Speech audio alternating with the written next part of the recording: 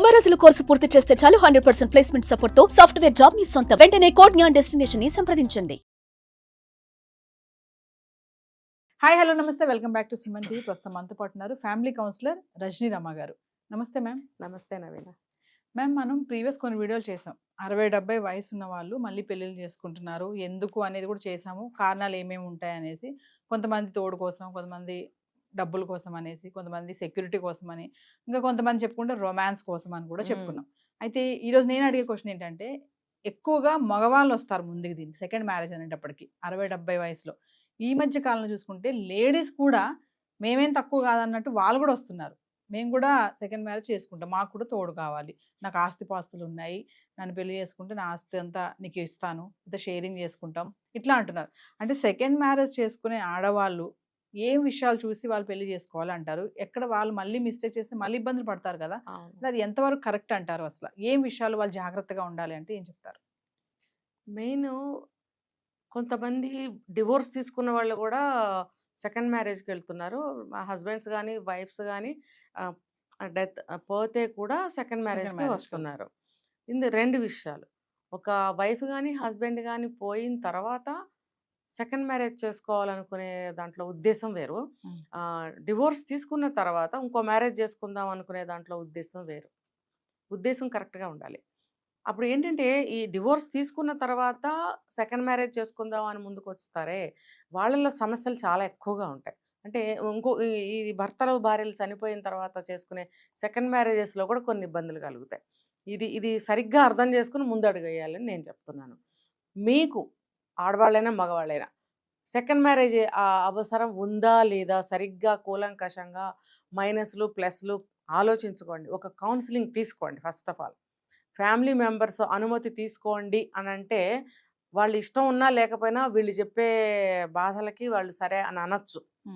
మీరు పెద్దవారుగా మీరు ఆలోచించండి. ఇప్పుడు లైఫ్లో స్టేజెస్ ఉంటాయి కదా, బాల్యం, యవ్వనం, తర్వాత మధ్య వయసు, తర్వాత వృద్ధాప్యం, తర్వాత ఆశ్రమవాసం అని ఇలా ఉంటాయి స్టేజెస్. ఇప్పుడు ఏ వయసుకి అది అనుభవిస్తూ రావాలి అనేది ప్రకృతి ధర్మం. అంతేగాని 70 ఏళ్ళు 80 ఏళ్ళు వచ్చిన తర్వాత భర్త పోయాడు, భార్య పోయాడు, నాకు మళ్ళీ పెళ్ళి కావాలి అనేది కరెక్ట్. అంటే నువ్వు మళ్ళీ జీవితాన్ని మోక్షం వైపు ఒక ఏమంటారు, ఒక భగవంతుడికి లేకపోతే ఇంకా నాకు లైఫ్ చివరికి వచ్చాను అనే ఉద్దేశం భావన లేకుండా మళ్ళీ ముందుకు వెళ్ళాలి అనే ఆలోచన రావటం అనేది వాళ్ళ మనస్తత్వానికి ప్రతీక.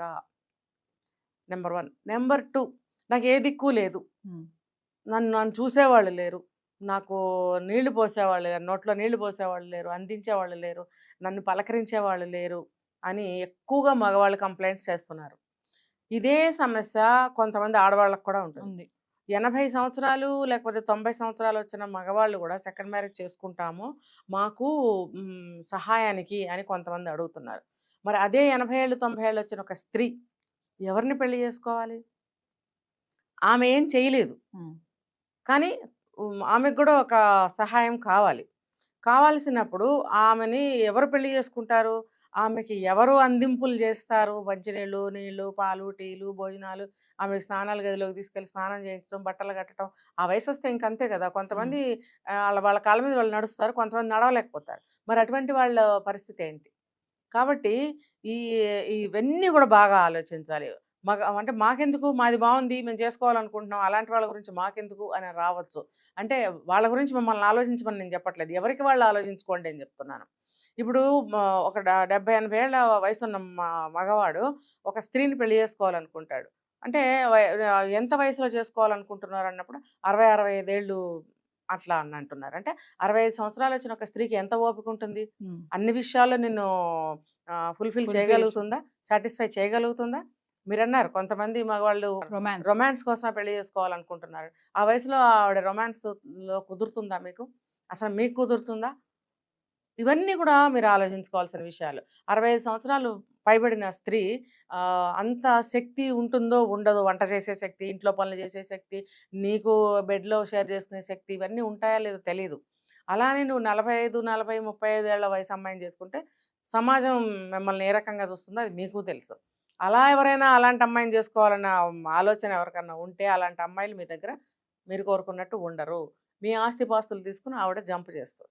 కాబట్టి స్త్రీలు కూడా ఆలోచించుకోవాలి. మనం ఒకవేళ సెకండ్ మ్యారేజ్ చేసుకోవాలని అనుకుంటే ఏ పరిస్థితిలో చేసుకోవాలనుకుంటున్నాము? దిక్కుమొక్కు లేదు. మీరు అన్నట్టు కాస్త కోస్త ఆస్తిపాస్తులు ఉన్నాయి. మమ్మల్ని ఒక ఒక చెట్టు నీడ కింద ఉంచినట్టుగా మమ్మల్ని ఉంచి ఏదో సమయానికి ఒక మనిషిని పెట్టుకొని వంట చేయించుకొని ఆయనతో పాటు నాకు కూడా ఒక ముద్ద పెట్టి షెల్టర్ ఇస్తే చాలు, నాకు ఒక మనిషి రక్షణ కావాలి అనుకున్న స్త్రీలు ఎవరన్నా ఉంటే మరి అలాంటి స్త్రీలను చేసుకుంటారా? ఇది ప్రశ్న. కాబట్టి ఈ స్త్రీలు ఆలోచించుకోవాలి. ఈ ప్రశ్న ఇద్దరికి, మగవాళ్ళకి ఆడవాళ్ళకి కూడా, ముఖ్యంగా చేసుకోవాలనుకుంటున్న స్త్రీలకి మరీ ముఖ్యంగా ఈ ప్రశ్న. అంటే ఆ వయసులో మేడం మీరు ఇలాంటి సమస్యలు వస్తాయని చెప్తున్నారు. ఓకే, పెళ్లి చేసుకోకుండా పోనీ సహజీవనం చేస్తామని కొంతమంది ఉంటున్నారు. పెళ్లి వద్దు, ఫ్రెండ్లీగా ఉందాం, సహజీవనం చేద్దాము, ఇష్టమైనప్పుడు ఉంటాం, కష్టమైనప్పుడు మళ్ళీ విడిపోదాం అని అంటున్నారు. అది ఎంతవరకు కరెక్ట్ అంటారు? అందులోనే ఉంది సమాధానం. అది కరెక్టా? ఇష్టమైన రోజులు ఉంటాం, విడిపోతాం అంటే అది ఎందుకు చేసుకున్నారు? ఆ ఉద్దేశం ఏమైంది అక్కడ? ఇష్టమైన నాళ్ళు ఉండి విడిపోదాం అనుకోవటానికి మీరు ఏమైనా ఎంగేజా? ఆ వయసు ఏంటి? ఆ వయసులో మీరు మళ్ళీ విడిపోతే మళ్ళీ ఎక్కడికి వెళ్ళాలి ఇద్దరు? మళ్ళీ ఏం చేయాలి? నేను చెప్పేది ఏంటంటే ఫ్యామిలీ మెంబర్స్, పిల్లలు ఎవరైతే ఉన్నారో వాళ్ళు ఏం చేయాలి? అప్పటి వరకు భార్యాభర్తలు కలిసి అమ్మా నాన్న ఇద్దరు ఉన్నారు. ఇప్పుడు అమ్మగాని నాన్నగాని లేరు. రెండో వాళ్ళు ఒంటరి అయినప్పుడు ఫ్యామిలీ బాధ్యత ఏంటి? ఆ పిల్లల బాధ్యత ఏంటి? మేము ఉన్నాము ఆ ప్లేస్లో, మీకు ఏ లోటు తెలియనీయకుండా మేము చూసుకుంటాము అని అనగలగాలి. అన్న పిల్లలు ఉంటే కూడా అడ్జస్ట్ అవ్వని పేరెంట్స్ ఉన్నారు. ఎగ్జాంపుల్ అత్తగారిని తీసుకుందాము. ఆవిడ ఎంత వయసు వచ్చినా కొడుకు కోడలకి తగాదా పెట్టాలని చూస్తుంది, కోడల్ని ఏదో ఒకటి పిన్ చేయాలని చూస్తుంది. ఎంత చేసినా ఇంకా ఏదో లోటు వెతుకుతుంది. వచ్చేపోయే చుట్టాలకి కోడల మీద చాడీలు చెప్తుంది అక్కడ ప్రాణం పోయే వరకు. మరి నువ్వు ఈ లక్షణంతో ఉంటే పిల్లలు ఎలా చూస్తారు? మరి అలా అని చెప్పి నువ్వు ఆ వయసులో ఇంకో పెళ్లి చేసుకుంటే అక్కడ నీకేం గ్యారంటీ ఉంది? అవునా కదా? నీ దగ్గర ఏదో కొంచెం ఎంత ఆస్తుంటే వాళ్ళు మంచివాళ్ళో చెడ్డవాళ్ళో నువ్వు ఇవాళ నుంచే చూస్తున్నావు. నీ చనిపోయిన భర్తతో నువ్వు 40 ఏళ్ళు 50 ఏళ్ళ కాపురం చేస్తే ఆయన గురించి నీకు తెలుస్తుంది. ఈ రోజే వచ్చిన ఆ పెద్ద మనిషి ఒక మనస్తత్వం, స్వభావం ఏంటో నీకు తెలియదు కదా. ఆయన మంచితనా కాదని నీకు తెలీదు. నమ్మి వస్తావు. నీ ఆస్తిపాస్తులు కూడా ఉన్నాయి. నాకు ఏదన్నా మంచి చెడ్డ చూడాలంటే నా డబ్బు నాకుంది. కేవలం నాకు ఒక షెల్టర్ ఇస్తే చాలు, నాకు ఒక మనిషి ఏమంటారంటే ఒంటరిగా ఉండకుండా కావాలి అనుకుని వచ్చినప్పుడు అవతల మనిషి కూడా మోసం చేయకుండా, ఈ ఆస్తి తీసుకుని పారిపోకుండా జాగ్రత్తగా ఆవిడ కడవూపురు వరకు కాసుకుని ఉంటాడా? లేదు. పెళ్లి చేసుకున్న తర్వాత మళ్ళీ ఇద్దరిలో ఎవరో ఒకళ్ళు ముందు చనిపోతే పరిస్థితి ఏంటి? ఇవన్నీ బాగా ఆలోచించుకోవాలి. దీనికి నేను ఫస్ట్ రెమెడీ ఏం చెప్తానంటే, పిల్లలు ఎవరైతే ఉన్నారో వాళ్ళు ఈ ఒంటరి మనిషిని మంచిగా ఆ లోటు లేకుండా చూసుకోవాలి. వీళ్ళు కూడా ఏ వయసుకి ఆ మనస్తత్వాన్ని అలవాటు చేసుకోవాలి. స్టేజెస్ నేను చెప్పాను. ఇప్పుడు స్టేజ్ ఏంటి?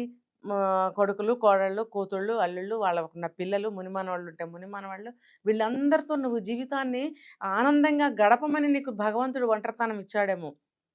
ఇప్పటి వరకు భర్త సేవలతోటి, ఇంటి సేవలతోటి అలసిపోయిన స్త్రీకి వాళ్ళ నీడలో ఉండి ఆ పిల్లలతో ఆడుతూ పాడుతూ సరదాగా సంతోషంగా ఒక ఆధ్యాత్మిక భావనలో కూడా ఉండి కడజీవితాన్ని మీరు మోక్షం వైపు తీసుకెళ్తూ ఆ పాత్రని కూడా ఆనందంగా గడపమని చెప్పి భగవంతుడు నిర్ణయించే ఉంచాడు.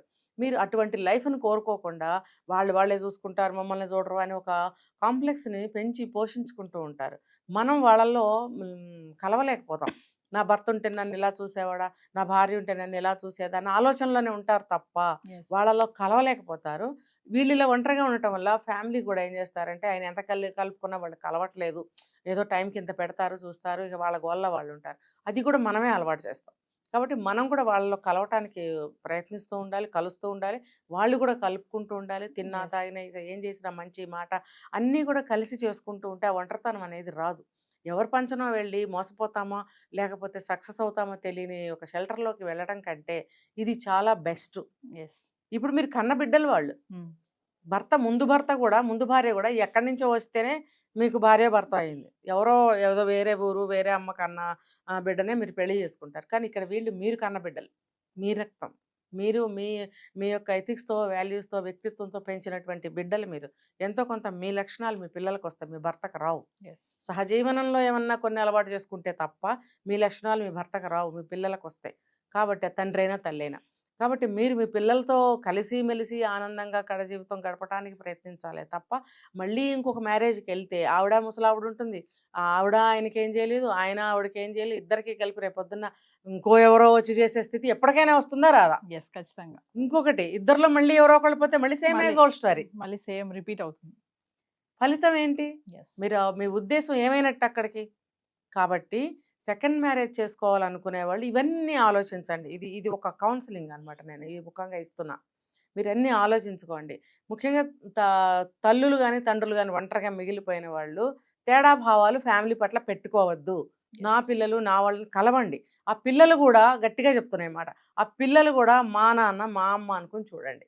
అప్పుడు మా నాన్న రెండో పెళ్లి చేసుకుని వెళ్ళిపోయాడు, మాకు అసహాయం వేసింది, మేము మాట్లాడడం, వాళ్ళ ఇంటికి మేము వెళ్ళడం అంటున్నారు. ఇప్పుడు ఆ పరిస్థితి మీరే తెచ్చుకుంటున్నారు. ఎస్.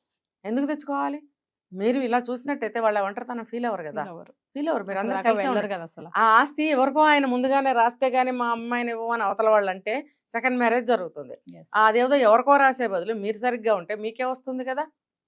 ఎందుకు మీరు బెషజాలకి పోతున్నారు, అహానికి పోతున్నారు, అంతంత ప్రైవసీలు ఎందుకు కోరుకుంటున్నారు? రేపొద్దున మీరు ఇదే వయసుకు వస్తారు.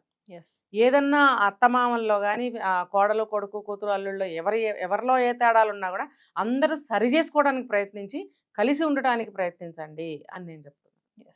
Thank you ma'am.